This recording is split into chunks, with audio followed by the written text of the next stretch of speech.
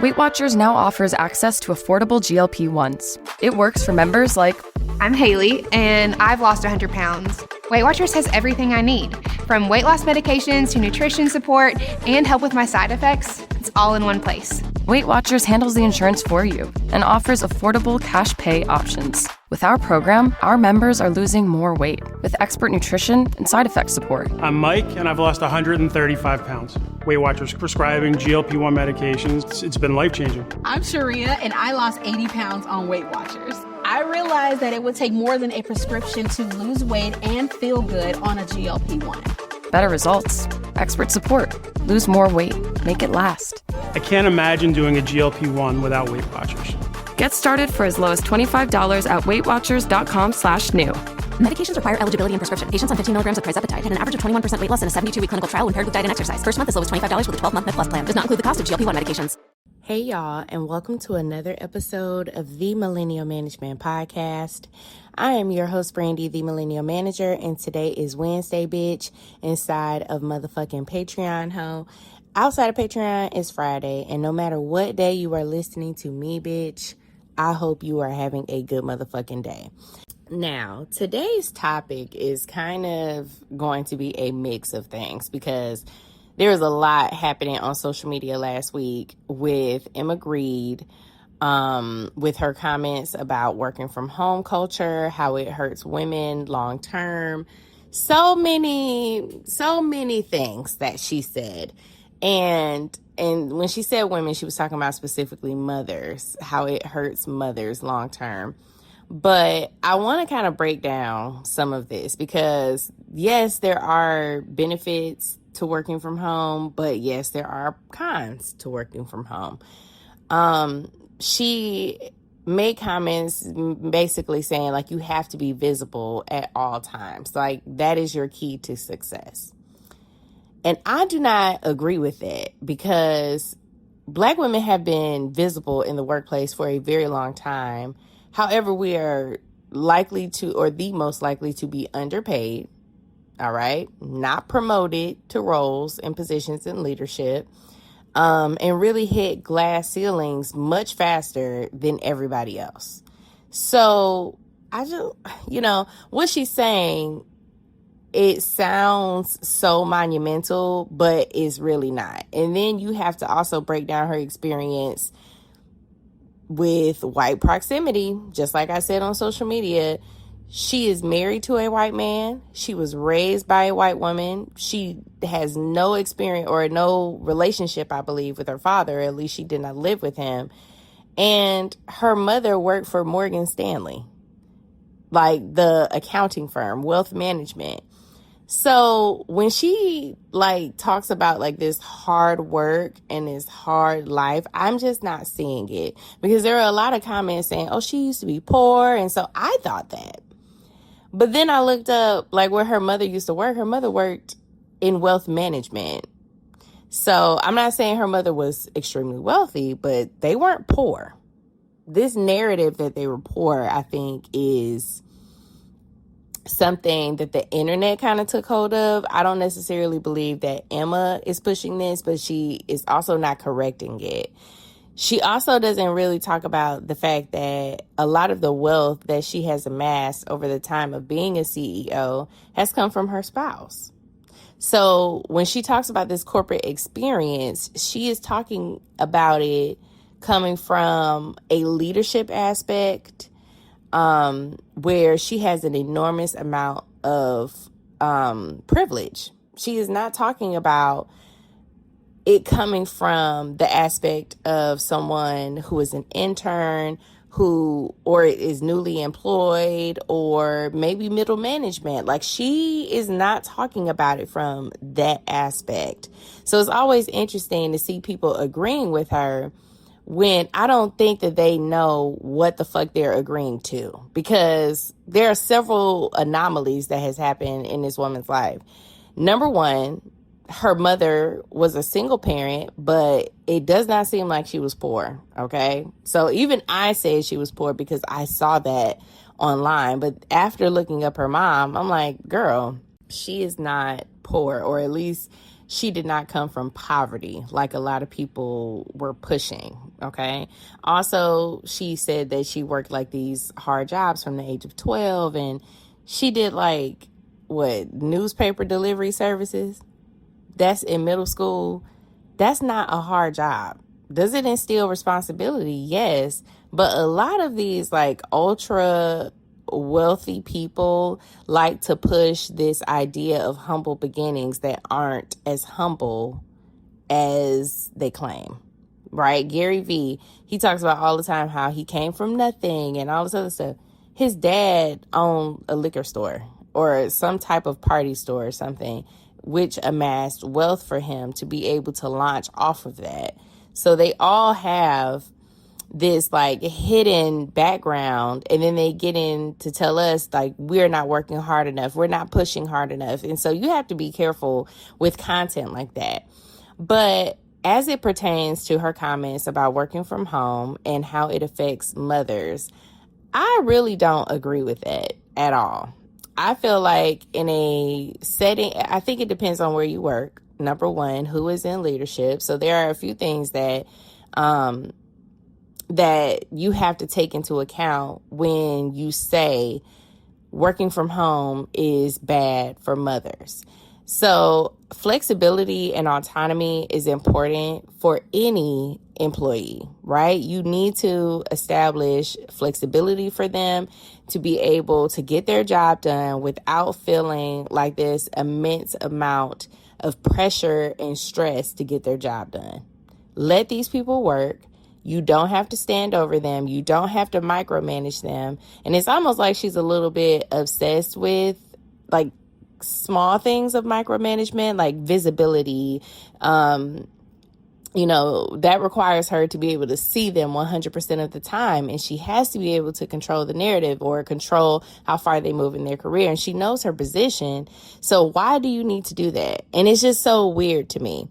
The time that you save from driving to the office, cost effectiveness as far as having to commute every single day or spending a bunch of money on lunch and travel. Like, you save so much money. If you are a commuter in, New York City, you save money that way.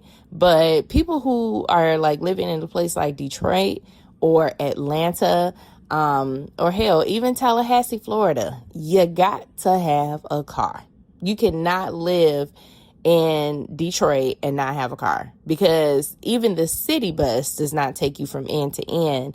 And there are some places inside of Metro Detroit that you cannot ride on the bus. So you have to have a vehicle. And it saves you money by not having to drive that vehicle all the time to work. And then also putting miles on your car, the amount of oil changes you won't have to have. Also the wear and tear, just normal wear and tear that happens when you drive your car all the time. Working from home increases productivity. People have less distractions, less bullshit, less micromanagement. You have a customized area where you are creating the positivity in the space. Now, I'm not saying that you can't have this difficulty with working from home from your managers or even from your colleagues. Like, I'm not saying that it doesn't exist. I'm just saying that the amount of issues that you have are drastically reduced when you... Weight Watchers now offers access to affordable GLP-1s. Weight Watchers has everything I need, from weight loss medications to nutrition support and help with my side effects. With our program, our members are losing more weight with expert nutrition and side effect support. Weight Watchers prescribing GLP-1 medications. It's been life-changing. Better results, expert support, lose more weight, make it last. Get started for as low as $25 at WeightWatchers.com. All medications require eligibility and prescription. First month as low as $25 with a 12-month Med Plus plan. Does not include the cost of GLP-1 medications. Work remote. You don't have all of that stress right there in front of you at all times. Like, things can kind of be, you could cut off your computer. You could take your lunch. You could, work remote. People are working on their projects and stuff like that. So you don't necessarily have to deal with that consistent stress all the time. And when I say turn off your computer, I'm saying like when you're done with work, you turn off your computer. The overall improved sense of well-being, it often allows you to have more time with your family, flexible schedules, right? You're able to work on your mental health and not be so stressed in that work environment. And the constant having meetings for the sake of meetings, I do not like that. And I'm going to be very transparent. My boss loves to meet in person.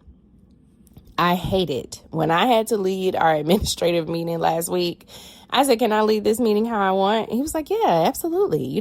Just give us our to-dos and this and this and this. And I was like, okay, because it was my turn to lead. And so I said, I want a virtual meeting.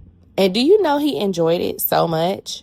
He enjoyed that. Like, he was like, yeah, I think we need to start doing this with the doctors. Like, instead of, reorganizing our days and cutting the days short where the doctors are working, or we can still cut the days short, but just allow them to have a virtual meeting so we don't have to drive to this far location where nobody wants to drive to because everybody's so spread out. It's just so complicated.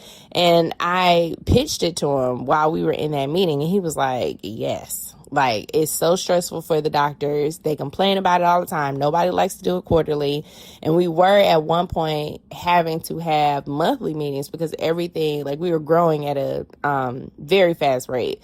So we had to meet every month, and I spaced it out. I said, let's do every other month. And then as things kind of smooth over, I pushed it to every quarter, and they're still like, girl, I do not want to do this, but we still have to do every quarter. But just being able to communicate with the other administrators, communicate with my CEO, and now the ability to communicate with the doctors in a flexible meeting where they can be at home. You don't have to rearrange your day. Like, there's not like this act of God that has to happen for us to go in person, to order food, like all of this stuff. Because some of those meetings can be, an hour and a half or 2 hours versus us being in the virtual meeting. They're 45 minutes and we don't have to go like all these different places to do it. Let's talk about the negative aspects of working from home. Now, this part I would really like to hear Emma talk about. Isolation and loneliness, that is a real thing, okay? If you do not have an outlet for social interaction and your only social interaction that you were experiencing was when you went to work, now that you're working from home, you have to kind of replace that social interaction that you were receiving in the workplace with something else. And I also want to add that just because you are working inside of the workplace and that was your only social interaction, that is not healthy either. You should still have activities. You need to have friends, like go out and do something and meet new people, go to the park, go to the art classes, go downtown, like go and do something that is fun. And you also don't have to do things that cost a lot of money. Get online. A lot of communities have different events that you have no idea about because you're not researching, but it's not healthy for your only social interaction to come from your job. Okay. So if you are struggling with workplace or work from home isolation and loneliness, it is because you do not have shit outside of the job. You need to find a hobby or some type of activity. Blurred boundaries. So it's very difficult to unplug from work, especially when you are in leadership. You really have to be intentional about that. You have to unplug. And if you don't, it leads to longer hours, which then leads to burnout. And sometimes you feel obligated because you're not in the workspace. You're like, oh, I have to keep contact. You don't have to do that at 10 o'clock at night. I'm not responding to shit at 10 o'clock at night. I will look at my message and then I will respond in the morning.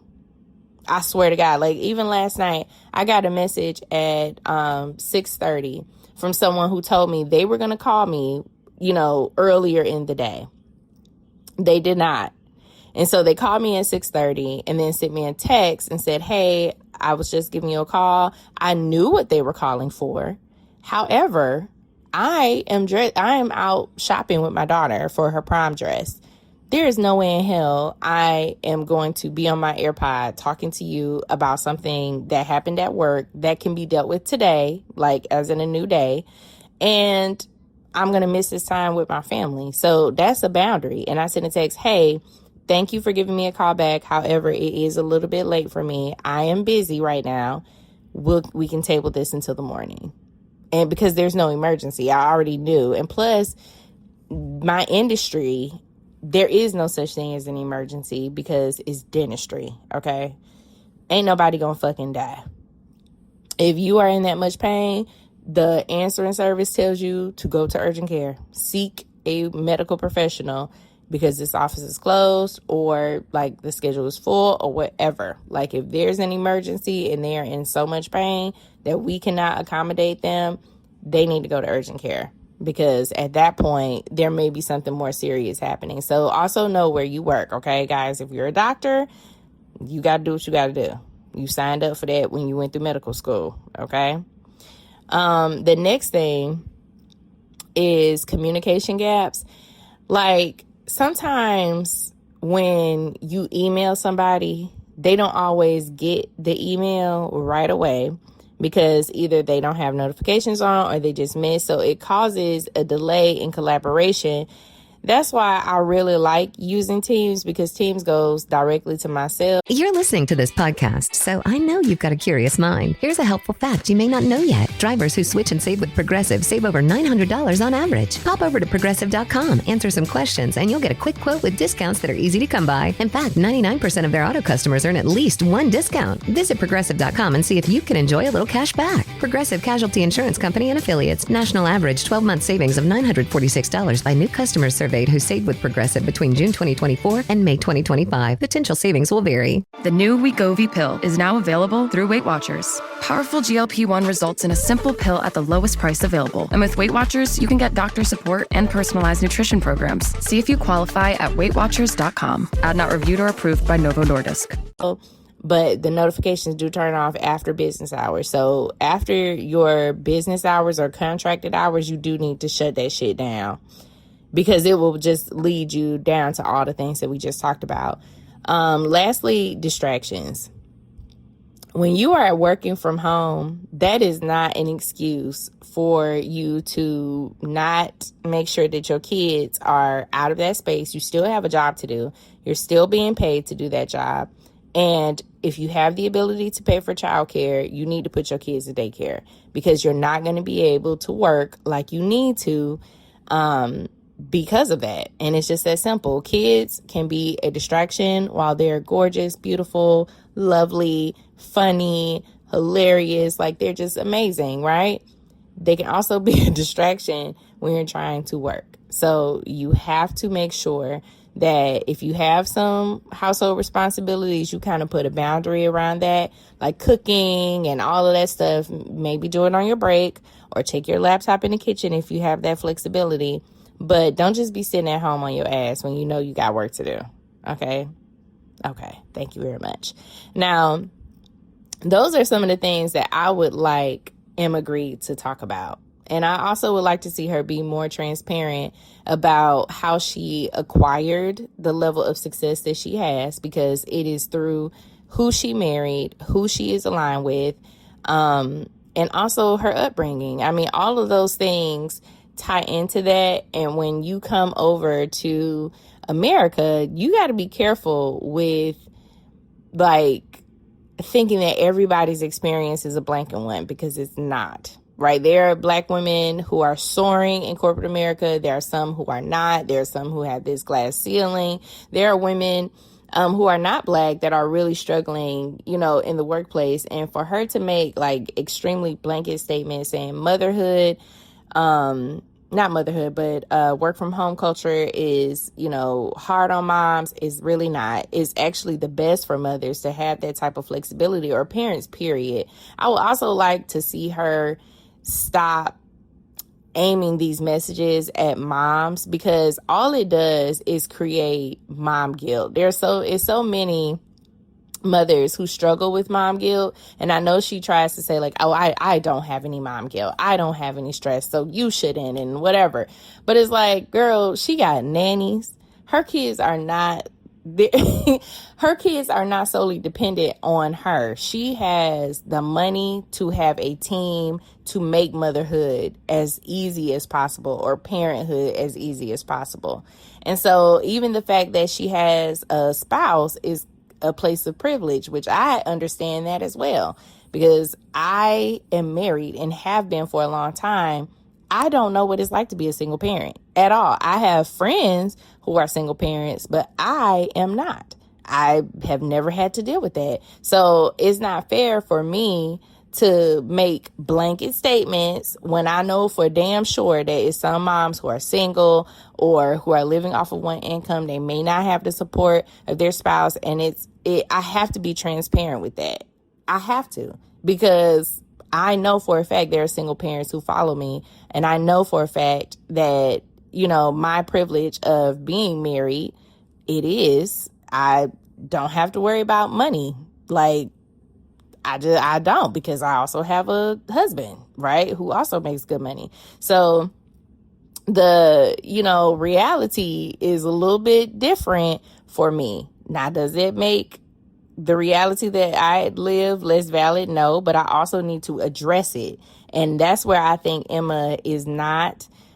She is not addressing, like, the fact that she is extremely wealthy. She has access to people like the Kardashians to partner with. Like, she has nannies. She is married to an ultra wealthy person who supplied or helped her get in connection with the suppliers to start Good American with the Kardashians. So it's so much like, yes, she's in corporate, but is she corporate?